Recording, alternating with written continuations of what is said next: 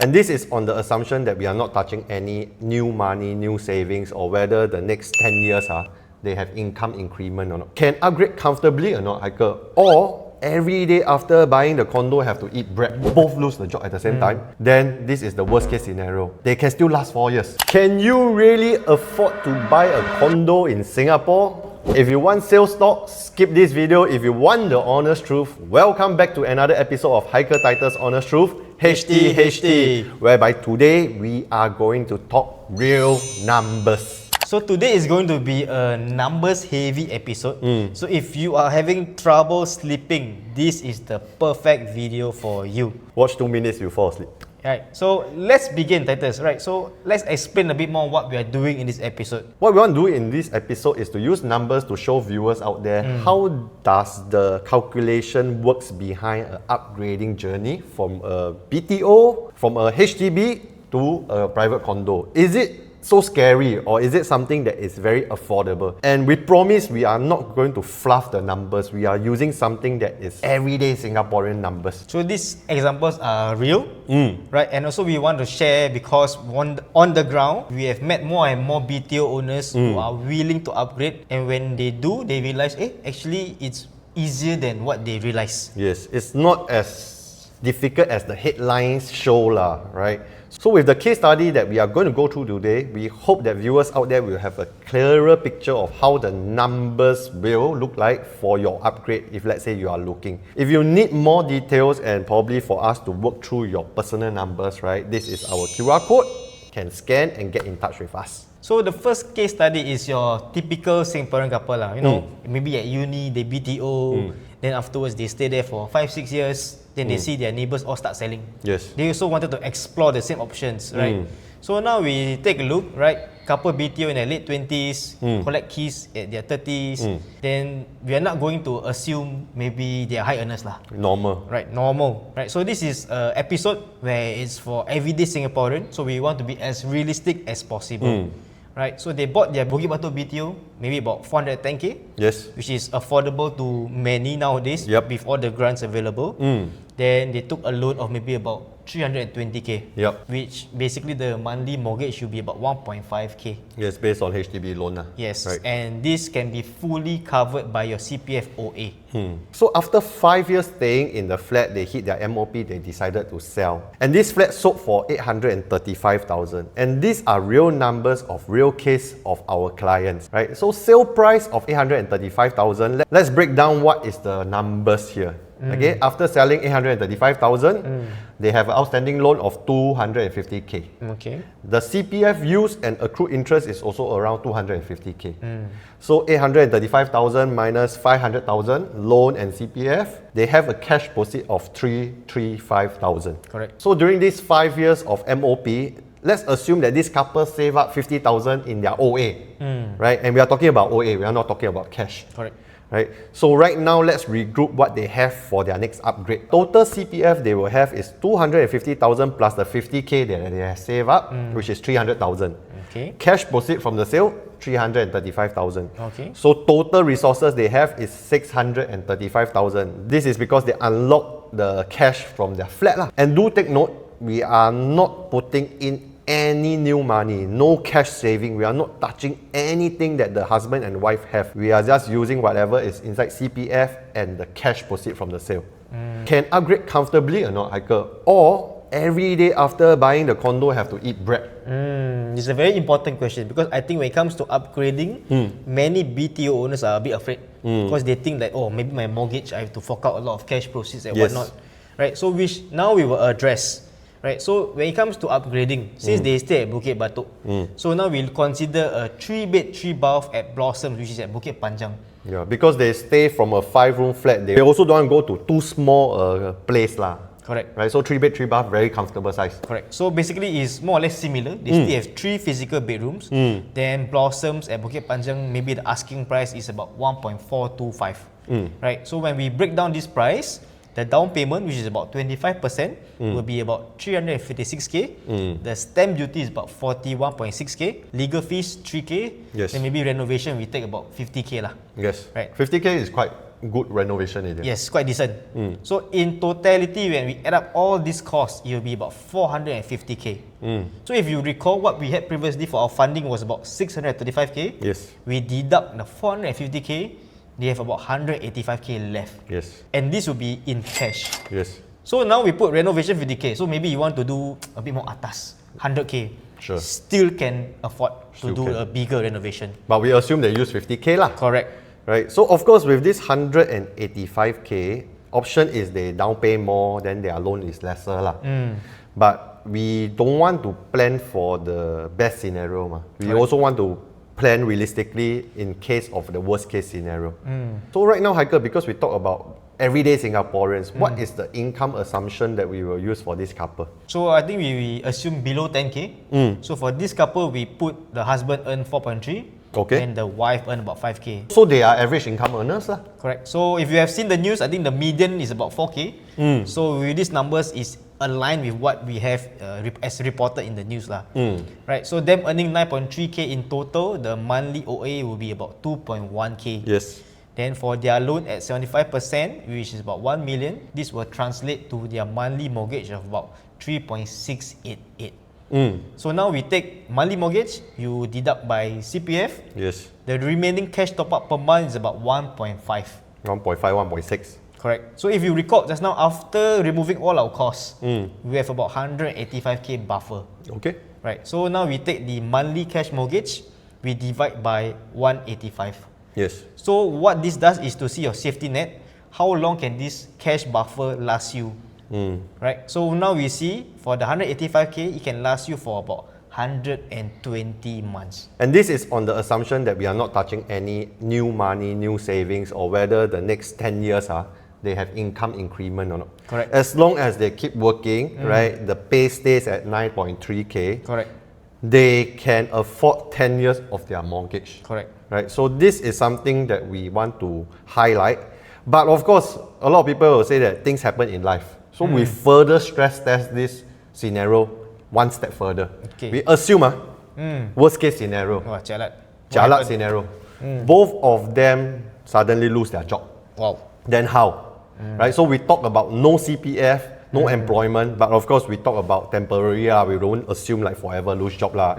Okay. So the monthly mortgage will be 3.6k. Okay. Right? Now suddenly no CPF contribution. How? What we want to do is to take the 185k that they have, right? Divide by these 3.6k of monthly mortgage. You realize that the 185k can last them 50 months. So slightly over 4 years of without additional money, without additional income, right? This couple can still afford the mortgage for more than 4 years. Just nice. After 4 years, they can sell also. Yeah, but this is a very extreme now. Of course, they will find a job in between. They will change job, all these things. But one is we want to assume career smooth, they get employment. Correct. The other one we assume if they both lose the job at the same time, then this is the worst case scenario. Correct. They can still last 4 years, but anything in between essentially is also very safe lah. Yes. So what we want to share here in terms of numbers, right? If you do your calculation right, you can clearly see the upgrading can be very, very comfortable. Yes. And nothing is coming out of your own pocket because everything is coming out from you exiting your BTO. Then the cash is funding the next move for your asset progression basically. Yeah, because a lot of people who, before they talk to us, they feel that upgrading is like, wow, condo, I can meh. But really, I'm sure some of the viewers, after this example that we go through, right, you will realize that it's actually very comfortable. Correct. Want to explore. If you need help with your calculation and your numbers, you can scan our QR code. Then we can walk through something of that nature that we have just done to stress test your numbers to see whether is it comfortable. If really cannot, we'll tell you really cannot, because really we don't want our clients to buy property and then end of the day you eat bread lah. I mean, you go from 5 holidays a month, you cut down to 3 holidays, I think okay lah. But if you tell me you fly Europe, fly Africa, fly US every year, then you buy a house, then you only can go JB, I say, Bit bro, too much. we revisit in 2 years time lah. Correct. Not worth the sacrifice basically. Yeah. So for next example, we take a look at a different profile, right? Slightly higher income earner, but we say they are buying the same Bukit Batok BTO. Also, they sell 835. They bought at 410. Everything the same, right? But it's just that their income took off after they bought the BTO. Correct. So we revisit again in terms of the resources from selling the BTO unit. Now we add 335k of the cash proceed together with the 300k CPF plus the 150k savings from their own pocket. Yes. Now they have a total of 785k. Then we split the income equally. Husband, wife each earn $10,000. Then from this income, we can see that per person, their OA contribution is about 1840 because it's 23%. Then combined together, their OA is about 3.6k. So what can they buy now, Titus, with these new proceeds that they have moving forward? So we just assume they have 750k. Same thing. We use their savings that they have given us. Whatever the extra, we also don't touch. Correct. Okay, so 785k, they likely can buy a $2.5 million condo. Down payment is around 625,000, stamp duty around 95,000, legal fees 3,000, and same thing, renovation 50,000.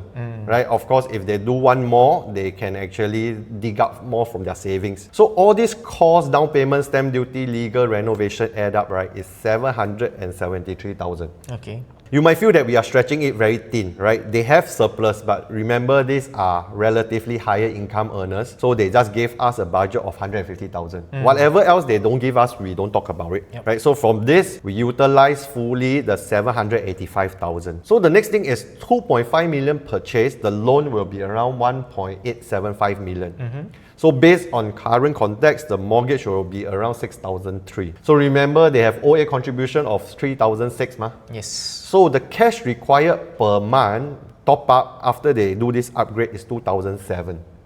Okay. Now the question is, we want to ask ourselves, will their lifestyle suffer after this upgrade? No? Because some people might think 2.7 cash top up is a lot more than what they have previously.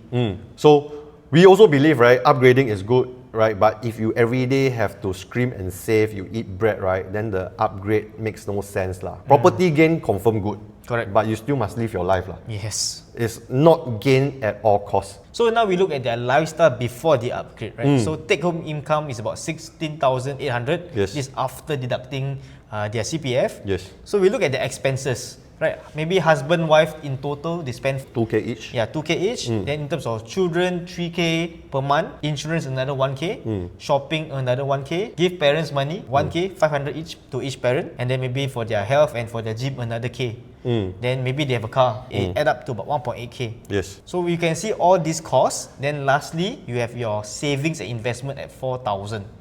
So basically, after all their expenditure, they still have about a 4,000 savings month on month. So this is a very comfortable lifestyle if you ask me lah. Right. This is how they will utilize their resource of 16.8k take-home pay before the upgrade. And we want to see after the upgrade whether their life suddenly upside down. So the mortgage that we talk about for this new condo is 2,700 cash portion, right? So where is this $2,700 going to come from, Haikal? So where this 2,007 will come from, right? It will be, instead of saving the 4,000 in a bank or a fixed deposit, now they save 1,003. Because we take the 4,000, we deduct the 2,007. Now their savings will be about 1,003. The 2,007 is considered like a forced saving where they put into the payment of their house. Which is actually paying down the principal lah.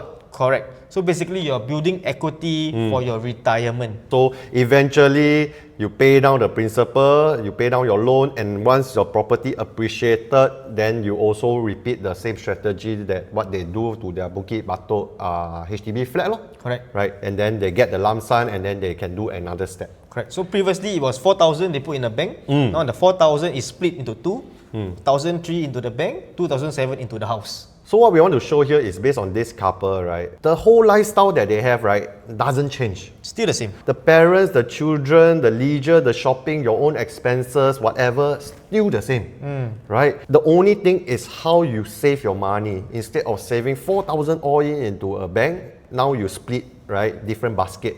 Diversify your investment. Correct. And then one, of course, you put it into your property, then you talk about your appreciation, then that is something that maybe I would say it will outbeat inflation. Correct. So I also want to add on something because they used to stay at Bukit Batok, somewhere not so accessible. Yes. So when they are purchasing this 2.5 million condo, definitely something more central, Yes. or even nearer to an MRT. Yes. So in terms of lifestyle, it is a slight upgrade for convenience for them as well. Okay, Haikal, so now based on the examples that we have, right, Correct. I think the numbers to the viewers will make a lot of sense. Yes. But at the back of a lot of their minds, or sometimes even my clients' mind, right, is, hey, actually HDB, I comfortable ma, I okay ma. So why do I need to upgrade, or why do I want to upgrade to a condo? Correct. I think this is a valid question, right? But at the end of the day, why so many people are slowly building their capital? So they will buy a BTO, then next they will sell, they move to a condo. It's all about preparing for retirement. Yes. Right, because they are building their net worth. Yeah. Because there's nothing wrong with not moving. Your net worth maybe just stay about 800k to $1 million with the HDB. But as you are continue building your net worth, at 65 years old as you retire, you can now build maybe a 5 million portfolio, 6 million portfolio. With this 6 million portfolio at 65, you can sell, you can buy back the same HDB for $1 million. Now you have 5 million of cash for retirement. So basically it's all about planning for retirement. Yes. But of course, if you tell me you have other investment plans, you are a stock trader, Forex, you are much better in that, sure, go ahead. Scan our QR code, then teach us. Correct. If not, our advice is prepare for your retirement, because from what we see, property prices are not getting any cheaper. So it's either you have to scan our QR code, it's either you teach us or we teach you. Correct. Right? Either or. Must scan our QR code. Okay? So I think ultimately it's the value of the asset. Right? HDB, yes, is a good asset, but the value will not be bigger than a private condo. A private condo is a good asset, but it will not be possible that the private condo costs more than the landed property. Yes. Right? So it's like a different asset class. Right? So you have to move up the ladder if let's say that is your goal. Right? But of course, if you do have other questions that you have, right, whether is it the right move or the numbers make sense or not, you can scan our QR code. Remember, it's either we teach you or you teach us, right? No matter what, you must scan. So that's all we have for this episode, and we hope that you're still awake after going through so many numbers in today's episode, right? So if you do like this video, do share with your friends and family members, and thank you once again for watching our episode of Haikal Titus Honest Truth, HTHT. We see you in the next episode. Bye.